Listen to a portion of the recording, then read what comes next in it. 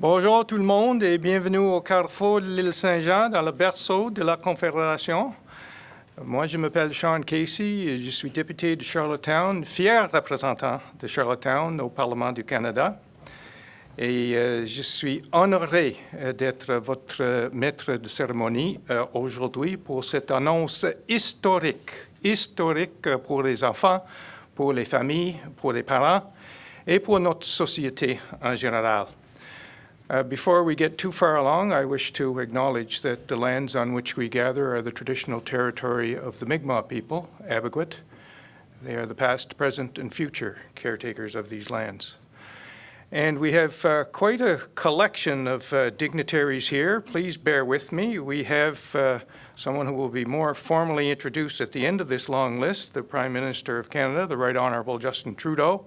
We have the Premier of Prince Edward Island, the Honourable Dennis King, the Minister of Families, Children and Social Development for Canada, the Honourable Ahmed Hussein, the Minister of Veterans Affairs, Associate Minister of National Defence, the Dean of the Federal Liberal Caucus and the Member of Parliament for Cardigan, the Honourable Lawrence Macaulay, the Member of Parliament for Malpeque, the Honourable Wayne Easter, the Member of Parliament for Egmont, the Honourable Bobby Morrissey, the Minister of Education, Lifelong Learning, Minister responsible for the status of women and member of the Legislative Assembly for Charlottetown-Hillsborough Park, the riding in which we are presently standing, the Honourable Natalie Jameson. Thank you for welcoming us to your riding, Minister Jameson. We have with us Heath MacDonald, MLA for Cornwall Meadowbank, Gordon McNeely, MLA for Charlottetown West Royalty, Dr. Sandy MacDonald of Holland College, et aussi Kathleen Couture, directrice générale de l'Association des centres de la petite enfance francophone de l'île de Prince-Édouard. We all know that when COVID struck, it didn't come with an instruction manual. And because of that, our leaders had to innovate. And it has been a true test of strength of character and a true test of leadership. Mr. Prime Minister, on behalf of Prince Edward Islanders, certainly on behalf of the constituents that I am proud to represent in Ottawa, thank you for your vision, thank you for your patience, thank you for your courage, and thank you for coming back to Prince Edward Island. Il n'y a aucun doute que c'est quelque chose qui demandait une approche collaborative. Et nous sommes tellement fiers de cet effort parmi les deux niveaux de gouvernement ici. Le gouvernement du Canada et de cette province, absolument, ont travaillé ensemble. Et cette annonce aujourd'hui est l'exemple le plus courant de cette collaboration. Un grand merci à nos leaders pour avoir agi dans le meilleur intérêt des Canadiens.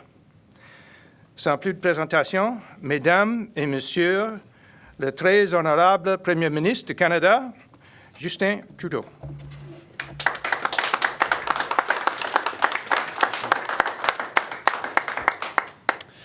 Hello everyone, bonjour tout le monde. Ça fait du bien d'être de retour ici sur l'île du Prince-Édouard.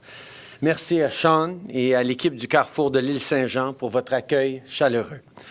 It's also great to be here with Minister Hussein and the rest of our PEI team, Lawrence, Wayne, and Bobby. And to my friend Premier King and to Minister Jameson. It's good to see you both. I want to thank you both and Dr. Heather Morrison for being such strong leaders throughout this pandemic. I know everyone had to make tough but necessary decisions when it came to the pandemic and your borders. Well, it's paid off because PEI has been an extraordinary leader in your pandemic response. But of course, that should come as no surprise. After all, Islanders are a resilient bunch. You work together to solve big problems, and you're there for one another when times get tough. And perhaps never has that sense of community been more important than during this pandemic. You've gone above and beyond to keep each other safe, and that includes by rolling up your sleeves to get vaccinated. Vos sacrifices ont porté fruit, et de meilleurs jours nous attendent. Alors qu'on s'apprête à rebâtir en mieux, on s'assure que tout le monde a ce dont ils ont besoin pour réussir. Et ça inclut particulièrement les jeunes enfants et les familles. Au cours des derniers mois, j'ai parlé à plusieurs mères partout au pays qui ont dû faire des choix difficiles pendant la pandémie. Mais aujourd'hui, on est ici pour changer les choses. The pandemic made it clear that without access to affordable childcare, too many parents, especially mothers, have to choose between having a family or building a career. Well, families deserve better. That's why we're taking action on childcare. And on that note, I have big news to share for people here on PEI.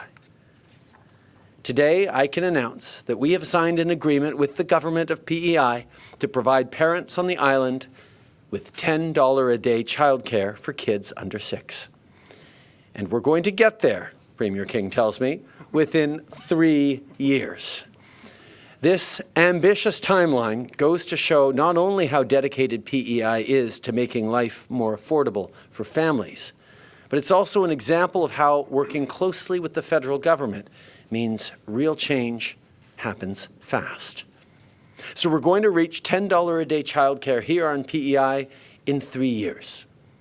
But what happens between now and then?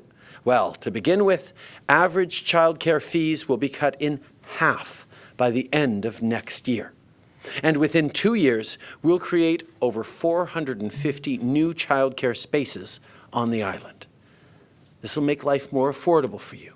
It'll create good jobs, and it will help parents, especially moms, get back to work while giving kids the level playing field they need to succeed in their first years of school.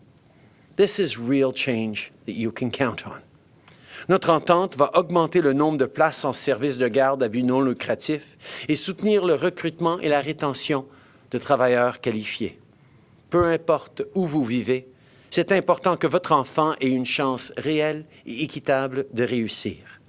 À ce sujet, au cours des 2 dernières semaines, on a signé des ententes avec la Colombie-Britannique, la Nouvelle-Écosse, le Yukon et maintenant l'île du Prince-Édouard. Ces ententes rendront les services de garde de qualité plus abordables pour les familles. Et ça montre bien que lorsqu'on travaille ensemble, y compris au-delà des intérêts partisans, on peut réaliser des vrais progrès pour les familles canadiennes. Supporting middle-class families has always been at the heart of our work to build a stronger Canada. Just take a look at the numbers. We introduced the Canada Child Benefit 5 years ago, and since then, nearly 435,000 kids have been lifted out of poverty across the country. Thanks to the CCB, parents have been able to rely on hundreds of dollars in extra help, tax-free, every month. That's 5 years of direct support to millions of families for everything from healthy meals to kids' boots to after-school clubs. Last week, we increased the benefit once again to keep up with the rising cost of living and put even more money back in parents' pockets. The new maximum benefit will give families $350 more per child than when the CCB was first introduced. And to help kids thrive, particularly after a really tough year, families already receiving the CCB will get an additional $1,200 per child under 6 this year. So parents, you can expect some extra money coming to you as of this Friday. Que ce soit l'augmentation de l'allocation canadienne pour enfants ou l'annonce d'aujourd'hui, on fait en sorte que tout le monde ait le même accès aux possibilités dès le plus jeune âge. Continuons à travailler ensemble pour faire du Canada le meilleur endroit pour être un enfant et aussi pour être un parent. Avant de terminer, je tiens à remercier une fois de plus le Premier ministre King et son équipe pour leur leadership et leur collaboration. Dennis, you've always been a strong partner on childcare. The same goes for other shared priorities like fighting COVID-19, climate change, taking care of vulnerable people. I look forward to continuing to work together. With that, over to you, my friend.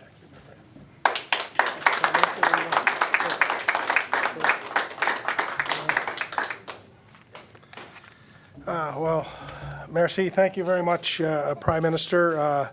Good afternoon. Bonjour, Kwe. It is an exciting day, a game-changing day here for our province. I'm excited to be here, and I want to say a special welcome and thanks to the Prime Minister for making the time to be with us here today. And before I offer my thoughts and remarks on this announcement today and its importance for the future of our province, I want to take a moment to talk about the strength of federal-provincial relations in this province and just how crucial that relationship has been for our province, in particular during the darkest days that we have experienced during this past 18 months or so of the COVID-19 pandemic. From the very beginning, Prime Minister, you made it known that you and your government would respond, and they'd respond quickly. And through that relationship with our MPs, our 4 MPs, Sean and Bobby and Wayne, and of course Minister McCauley, through ministers like Minister LeBlanc, Minister Freeland, and Minister Hassan, those words were backed up with action. And it's because of that action that we are in this position that we are today, that immediate response, and dare I say, the greatest fiscal response perhaps in the history of this province. So for that, to get us through those difficult days, I say on behalf of all citizens of Prince Edward Island, a deep and sincere thank you. That's amazing for us. Many people, as you know, Prime Minister, go out of their way to point out that you and I come from different political stripes, and they take great points of pointing out that we wear different sweaters, but we get along so well and we do some good things together. I do believe that you and I have both demonstrated a desire to see less of a partisan color and more of a collaboration to make the lives of our citizens better. And I think in the end, that's what it's all about. And I'm glad to be making this announcement today, and others that we have made, others we will make in the future, using that exact recipe. You know, I remember back when we can travel, it seems so long ago. Back when we can travel, I had the privilege to share some time in the Prime Minister's office in Ottawa, and we talked about the importance of strong early learning and childcare. Not just for the well-being of children, but for the overall health and well-being of families and parents and communities, but also for the continued growth and the expansion of our economy, and to make sure we best prepare the youngest generations to seize the opportunities of the future. And I remember vividly that conversation. I told him about our campaign pledge to provide free universal pre-kindergarten for 4-year-olds. And the Prime Minister was impressed with that, and he was excited to hear more about it. And Prime Minister, I know you know this, but for the record, that will be rolled out in full this September. So we're really, really excited about that. We also talked about the strength of our early learning system in PEI. We were quick to give credit to former Premiers Pat Binns and Robert Giz and their administrations for their leadership in building that world-class system. I think one thing we're guilty of sometimes here is sometimes we're a little too bashful. We don't do a good enough job for taking credit for the things that we've done. But PEI for decades has been a leader with its innovative model of early years learning delivery. And we talked a great deal about that, and the Prime Minister at one point said, how can we make it better? And the biggest part of making it better, obviously, was making the necessary public investments so that childcare can be affordable and accessible, and that it must be designed to give every child, regardless of family income or geography, the best foundation for a strong future. And we have finalized and announced that here today, and it's an exciting day. It's a game-changing day for our province. You know, we knew that to have a strong and sustainable system, we would need to retain and recruit quality early childhood educators. And to do that, we need to see wages increase, and today's announcement provides that.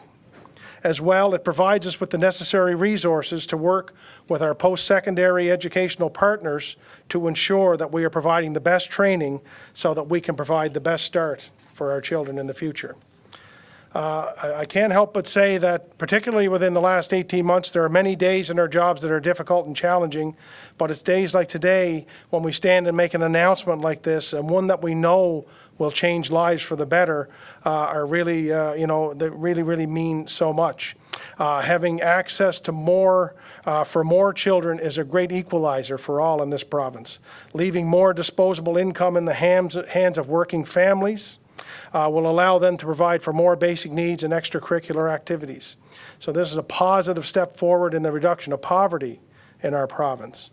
And as I said, this is a proud, proud day, an important day for the children and families of our province. And just before I finish, I do often think that as politicians, we often don't take enough time to thank those important people who have made that happen, and it's important today that key people get the credit and recognition for making today happen.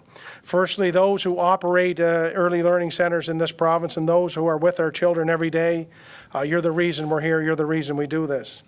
And we also have the best early years system in Canada for a reason, and it's because people like Carolyn Simpson and Doreen Gillis, tireless advocates, they're right here to my left, who make the system the very best they can be. They've been the tireless champions for so long. Sonia Hooper, who's there now, who is now the ADM of early years in our department, but for the past 20 years or so has been the heartbeat of the Early Childhood Development Association, and of course Deputy Minister Bethany McLeod. And what can I say about Minister Jameson other than just the ability to get this over the line, to figure things out here, and to really continue to build that legacy we have here in Prince Edward Island of having what we think is the best early years system in the country. So we're in this enviable position because we have people who work so hard to do that. We'll lead the country in reaching the goal of an average of $10 a day early learning and childcare by the end of 2024. Yes, Prime Minister, it's ambitious. That's how we do things here. We'll get it done. You keep the money coming, we'll spend it, we'll get it done. It's a remarkable feat, one that will change the lives of families here in Prince Edward Island. And for that I say thank you, merci, Walalin. And now I would like to invite the Federal Minister of Families, Children and Social Development, Minister Hassan, to the podium. Thank you very much.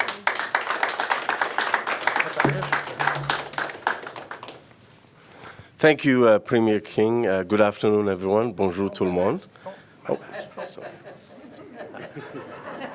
Before I begin, I'd also like to acknowledge that we're gathered on the traditional ancestral territory of the Mi'kmaq people. Prime Minister, I'm so proud to be here with you and our provincial and, of course, our friends from the PEI caucus for this announcement that has historic implications for families in PEI and across the country. And, of course, families will see this change almost immediately because we will be working together with you, Premier King and Minister Jameson, on fee reduction, on space creation, and on supporting early childhood educators. They're the heart of this system. We can't increase quality and create more affordable childcare spaces without supporting and being there for early childhood educators. And I really want to pay tribute to those men and women who work so hard to be there for our kids.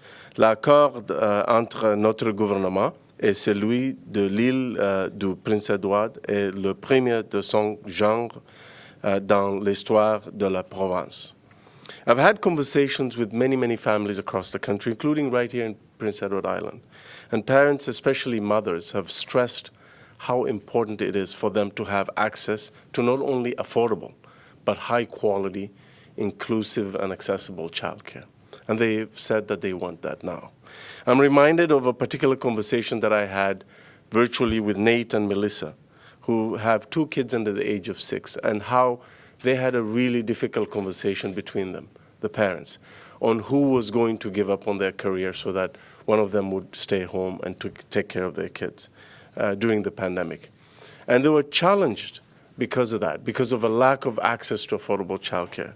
Ce sont des histoires comme celle-ci qui nous ont permis de continuer à faire pression pour un système pan-canadien d'apprentissage et de garde des jeunes enfants qui assure que personne ne tombe entre les mailles du filet. A system that does not force, especially working mothers, to make that difficult choice between caring for their kids and heading back to work.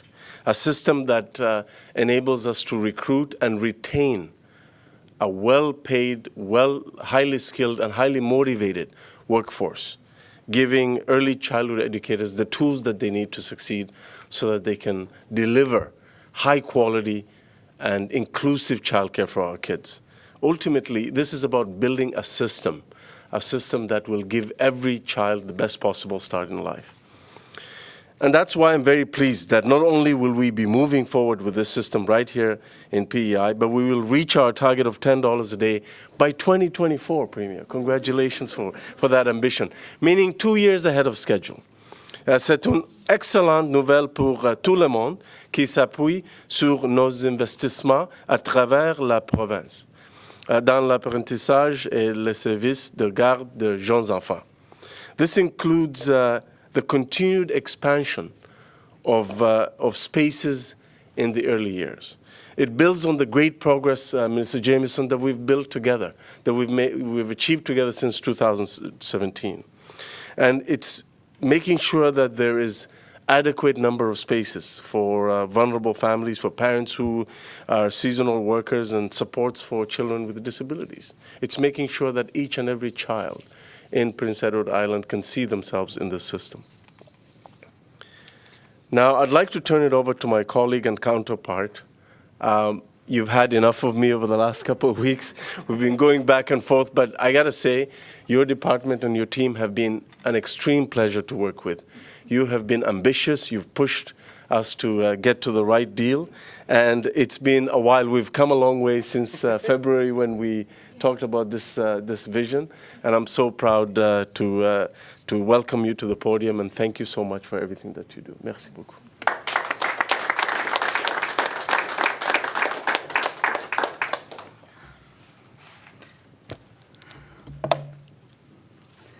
Wow. Thank you, Minister Hussein. And I want to thank you for your partnership and your friendship over the last number of months. As you may recall, just days after I was appointed to this portfolio, I had the honor of co-chairing the minister responsible for early learning and childcare meeting with you. Despite a global pandemic, together with our trusted staff, we hit the ground running on this file. It is still hard to believe that we are standing here today with the Prime Minister and Premier making this important announcement that will change the lives of island children and families for decades to come. I am so glad to be able to welcome you and Prime Minister Justin Trudeau to our beautiful province. I'd also like to recognize and thank our hosts for today. In fact, my children actually attend this center, so I can personally attest to how wonderful it is. J'aimerais aussi reconnaître et remercier nos hôtes d'aujourd'hui. En fait, mes enfants fréquentent ce centre, donc je peux personnellement témoigner de combien il s'agit d'un endroit merveilleux. As Minister of Education and Lifelong Learning, and the Minister responsible for the status of women, but most importantly, as a mother of 2 young children, it is a pleasure to be a part of what is a landmark announcement for early learning and childcare in this province and indeed across this country. C'est un plaisir de participer à une annonce marquante pour l'apprentissage et la garde des jeunes enfants de la province et au pays. We know women have been hit hard by this pandemic, and in many cases, women have taken on the role of the primary caregiver. We know this announcement will go a long way in supporting island women returning or entering the workforce. I wanted to take a moment and truly thank everyone within our early learning and childcare system for how they have continued to support families, particularly during this last year and a half. Je veux prendre un moment pour remercier sincèrement tout le monde dans notre système d'apprentissage pour la façon dont ils ont continué à appuyer les familles, particulièrement durant la dernière année et demie. I've heard from so many families how comforting it is to know that our centers have continued to offer nurturing, safe, high-quality learning environments as parents return to work throughout the pandemic. As a young mother, as minister, as the MLA for the area, and as an islander, words cannot express my appreciation and gratitude to the dedicated professionals in this sector. The pandemic has affected everyone, and it has shone a light on the importance of early learning and childcare. A strong and sound system is critical to the continued resilience and success of our communities and our economy. Un système solide et fort est essentiel pour assurer la résilience et le succès de nos communautés ainsi que notre économie. I would like to take a moment to recognize the fact that our centers have remained largely open during this pandemic. Thanks to the hard work of the department, our educators, and indeed all islanders, our system led the way in returning to 100% capacity. Through the support of both the federal and provincial government and the passion and hard work of educators and operators, our early learning and childcare system is in a strong position and is prepared for continued growth. Grâce au soutien du gouvernement fédéral et du gouvernement provincial et à la passion et au travail acharné des éducateurs, notre système d'apprentissage est bien placé pour une croissance continue. This day is as much about our sector as it is about our families. With that, I would like to call on Kathleen Couture, directrice générale de l'Association des centres de la petite enfance francophone, to say a few words.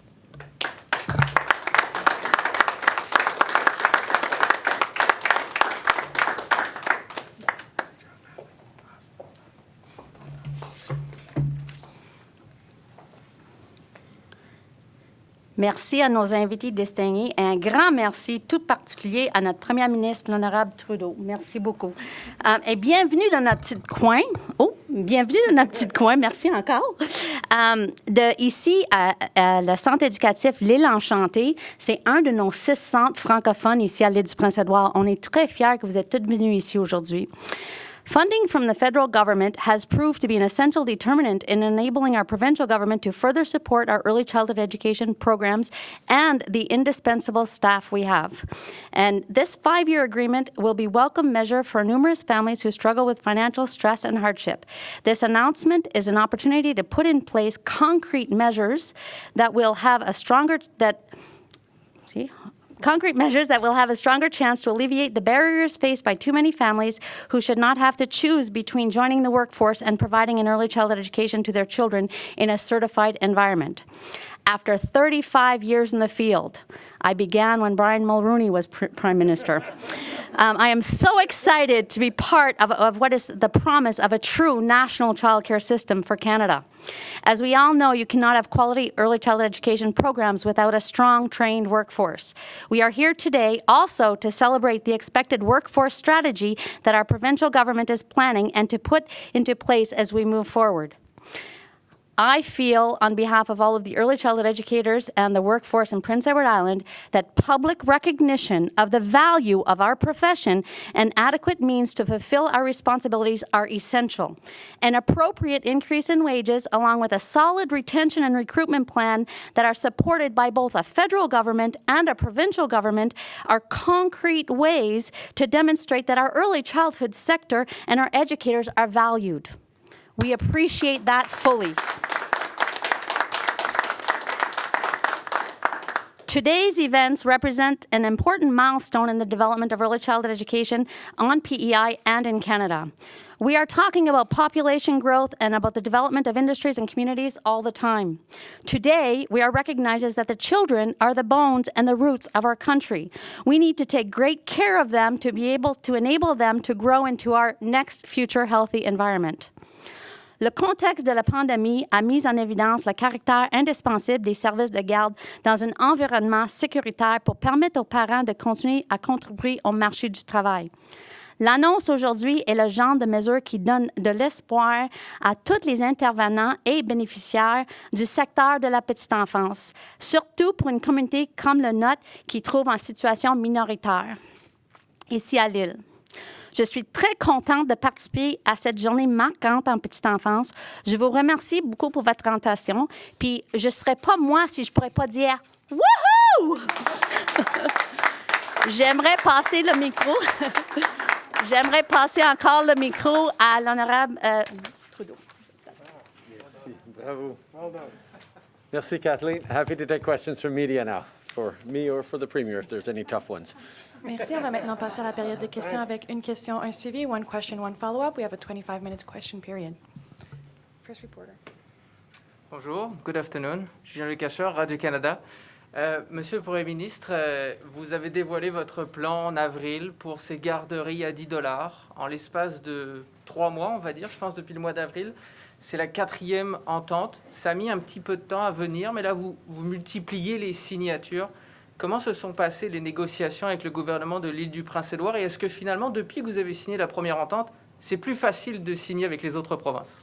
Bien, tout d'abord, il faut souligner que des annonces qui se passent rapidement, ça prend quand même beaucoup de temps pour planifier. Comme le premier ministre a raconté, c'était dès nos premières conversations, quand il venait de se faire élire, qu'on parlait de l'importance d'investir dans la petite enfance et dans les familles.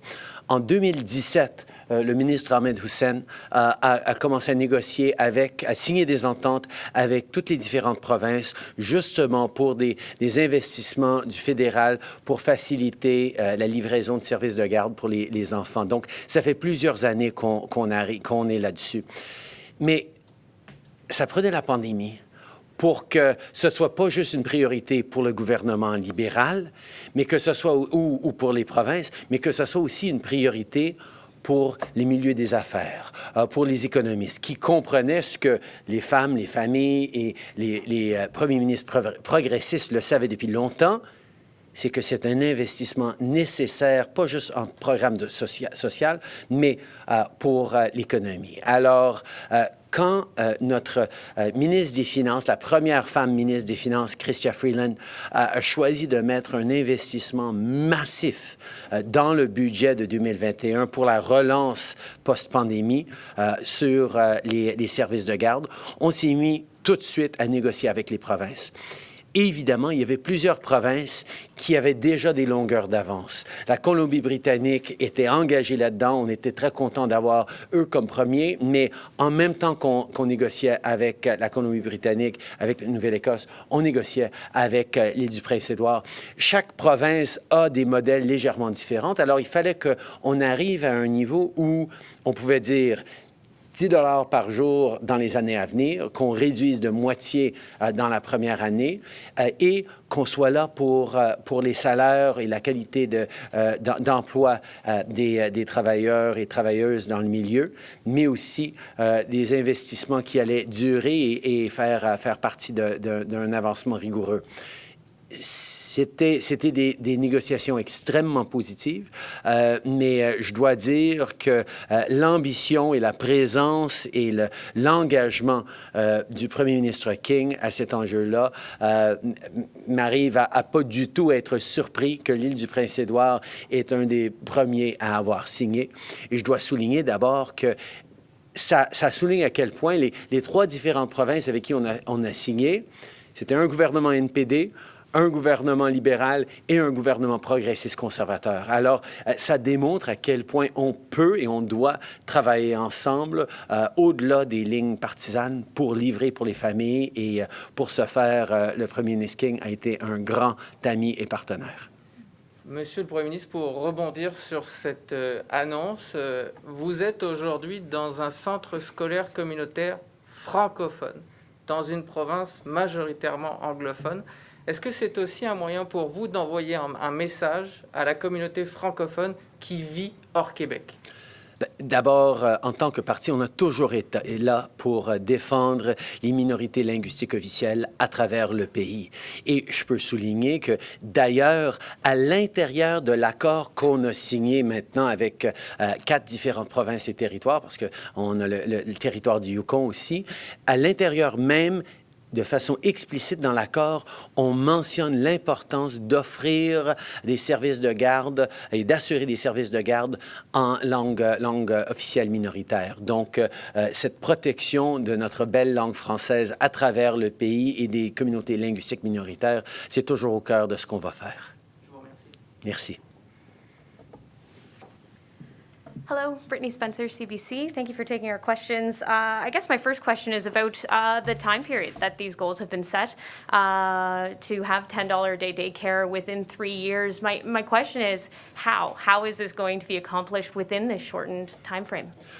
First of all, as you know, we laid out what we felt was an extremely ambitious timeline of 5 years for $10 a day daycare across the country, with an immediate reduction by 50% in the first year for parents right across the country. And that was sort of the base that we were demanding of every province. And, you know, Premier King makes it look easy, but there's a lot of provinces really stumbling over $10 a day. Well, not stumbling, but there's challenges in the negotiations to get to something that matters so much. We have to remember that getting to $10 a day daycare is not the be-all and end-all of this. We needed to make sure that not only were we creating more affordable spaces, that we were creating also more spaces, and that those spaces be high quality. And that's why folding in guarantees on wages and quality of training for early childhood educators, where we meant that creation of spaces are all parts of the accord. As to why Premier King is confident that he's going to be able to get to $10 a day in 3 years, I will first start by saying it's because they have a system that has worked very, very well over the past years, that this influx of federal cash, this federal partnership, is going to allow them to leap forward even more aggressively. But I'm happy to turn to Premier King to give more of the details on how he's going to be delivering for families across PEI. Well, I would never say it as articulate as you, Prime Minister, but essentially what we have committed to in our budget is to immediately begin to get to $25 a day daycare, which our early learning, which will begin in January.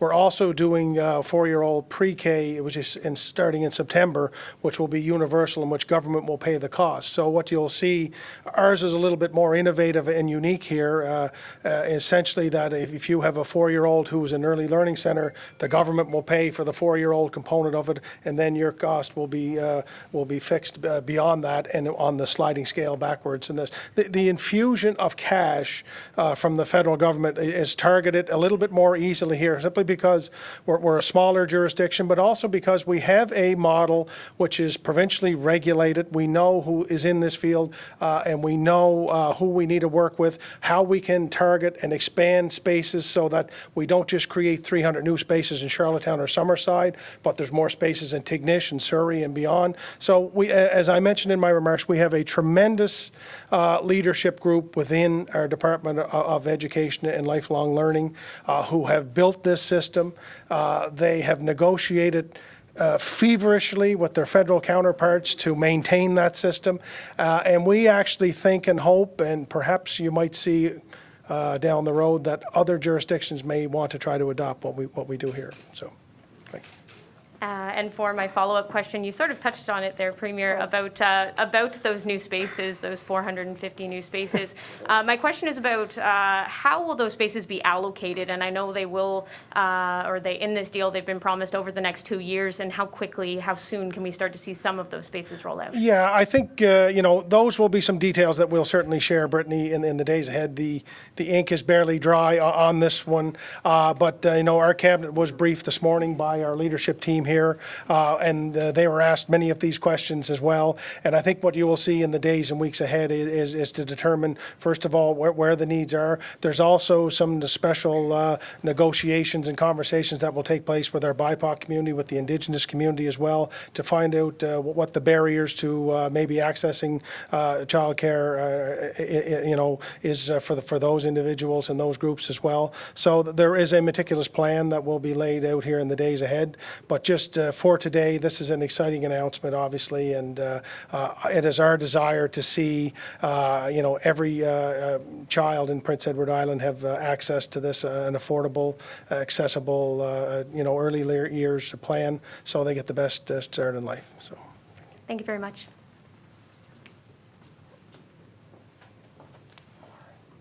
Good afternoon, Prime Minister. Teresa Wright with the Canadian Press.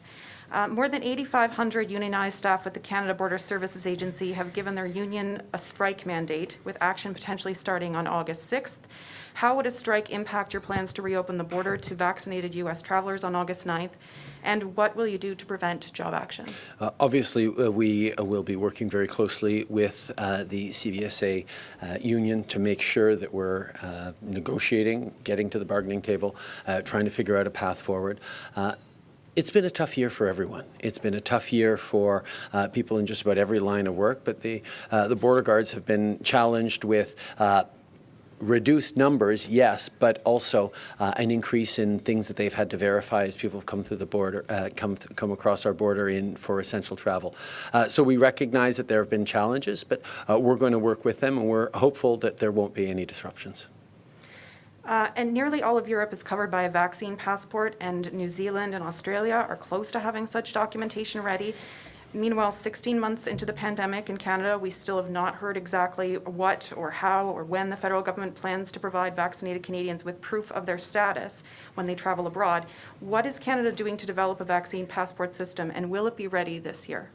As you well know, we have a federation where provinces are in charge of the various health systems and indeed the vaccination status. So we have been working very, very closely, the federal government and the provincial governments, on moving forward together on proof of vaccination credentials. The conversations are active and ongoing, and we're going to make sure that Canadians will have sufficient credentials to be able to travel around the world as they're fully vaccinated, which gives me a great opportunity to remind Canadians that you want to get fully vaccinated. The ability to travel around the world, indeed the ability to do more things, and mostly the ability to avoid the spikes that are going to come with the potential next arrivals of variants, and the spikes that we're seeing around the Delta variant in unvaccinated Canadians is something that we can prevent if people continue to get fully vaccinated, if people continue to step up.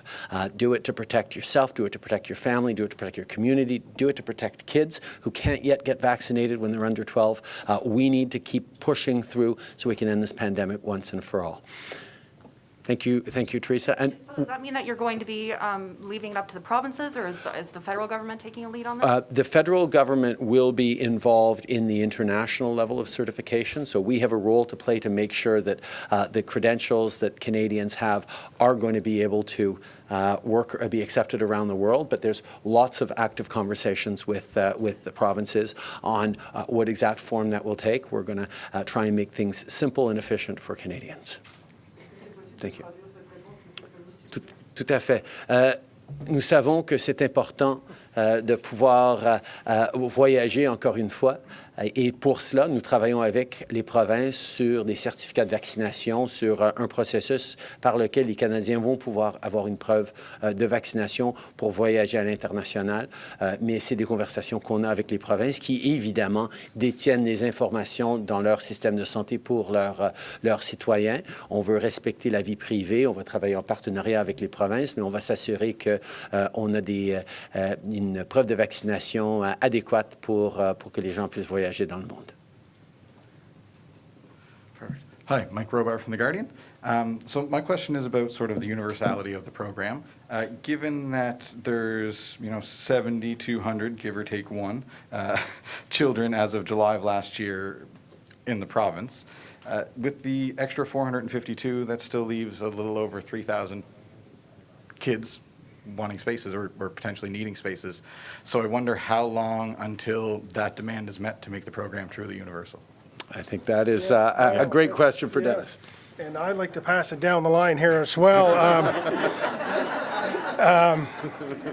That's how you stay elected a long time, I think. But no, seriously, I think, one of the questions that we have, around our table today that we talked about, Michael, was just that. What does this look like beyond? Are we serving everybody? And we've really tried very, very hard not to try to make this program a perfect fit right off the bat. We know it will need to be adjusted.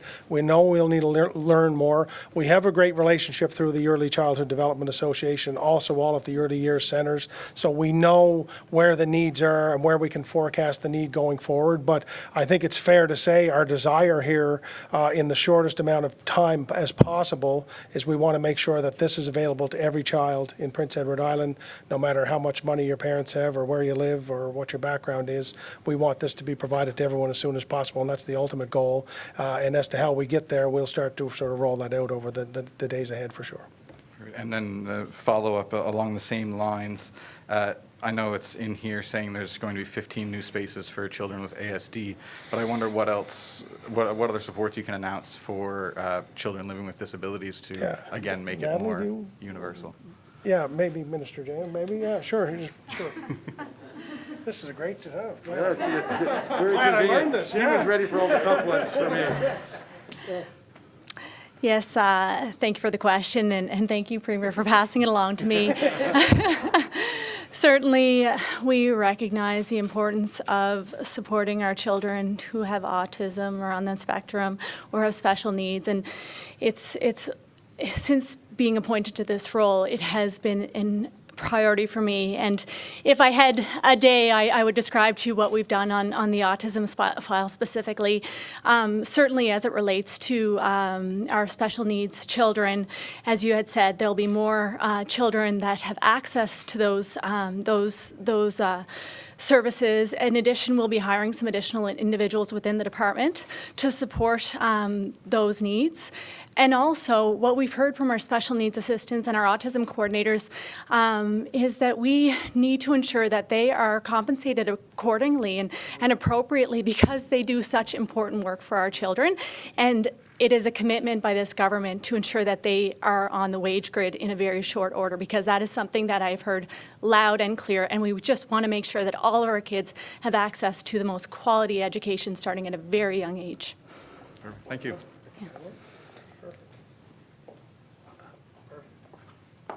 Merci beaucoup. C'est ce qui m'a fait la conférence de presse d'aujourd'hui. Merci.